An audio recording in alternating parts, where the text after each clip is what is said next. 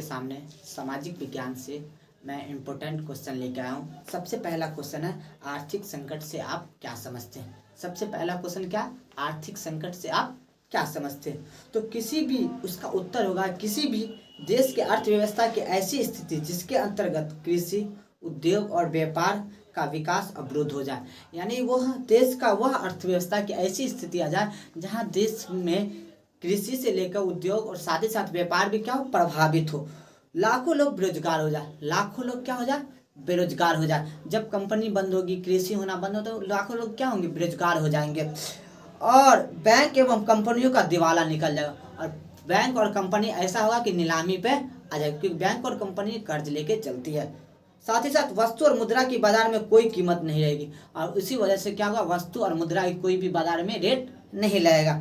तो ऐसी स्थिति को आर्थिक संकट कहा जाता है। तो ऐसी स्थिति को आर्थिक संकट कहने का मतलब वह चीज़, वैसी स्थिति भारत देश में हो जाए कि जहां सब कुछ प्रभावित हो, साथ साथ सब कुछ का वैल्यू खत्म हो जाए, साथ ही साथ कंपनी से लेके बैंक तक का दिवाला निकल जाए। तो इस स्थिति को आर्थिक संकट कहा जाता है। चलते हम नेक्स्ट क्वेश्चन की ओर।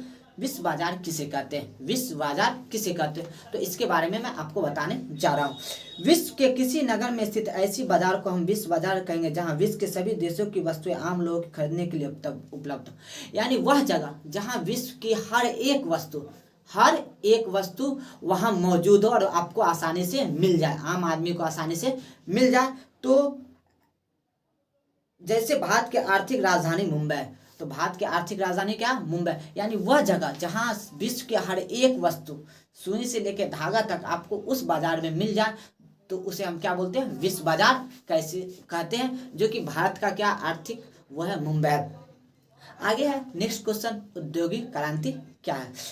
तो घरेलू कुटीर उद्योग अथवा हाथ से बनाए गए सामानों के स्थान पर वाष्प शक्ति से संचालित मशीनों द्वारा बड़े बड़े कारखानों में व्यापक पैमाने पर वस्तु का उत्पादन होने लगा, जिससे औद्योगिक क्रांति कहा जाता है। कहने का मतलब वह क्रांति, औद्योगिक क्रांति वह क्रांति जो पहले आदमी हाथ से बनाते थे।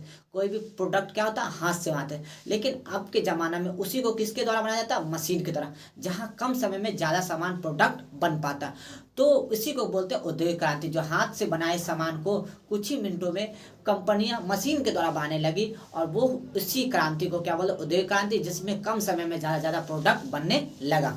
आगे भूमंडलीकरण किसे कहते हैं। तो भूमंडलीकरण एक प्रक्रिया है जिसके अंतर्गत राजनीतिक, आर्थिक, सामाजिक, वैज्ञानिक तथा सांस्कृतिक जीवन के विश्वव्यापी संयोजन होता है। साथ ही विश्व के विभिन्न भागों के लोगों को और भौतिकी व मनोवैज्ञानिक स्तर पर एकत्रित कर सफल प्रयास करती है। यानी भूमंडलीकरण एक प्रक्रिया है जिसके अंतर्गत राजनीतिक, आर्थिक, सामाजिक, वैज्ञानिक तथा सांस्कृतिक जीवन के व्यापी संयोजन होता है। साथ ही विश्व के विभिन्न भागों के लोगों को भौतिक व मनोवैज्ञानिक स्तर पर एकत्र करने का सफल प्रयास किया जाता है, जिसे हम भूमंडलीकरण कहते हैं। यही सब इंपॉर्टेंट क्वेश्चन है जो कि आपके एग्जाम रिलेटिव बहुत ही महत्वपूर्ण है। आप इसको जरूर से जरूर याद कर लें। वीडियो देखने के लिए थैंक यू फॉर वॉचिंग।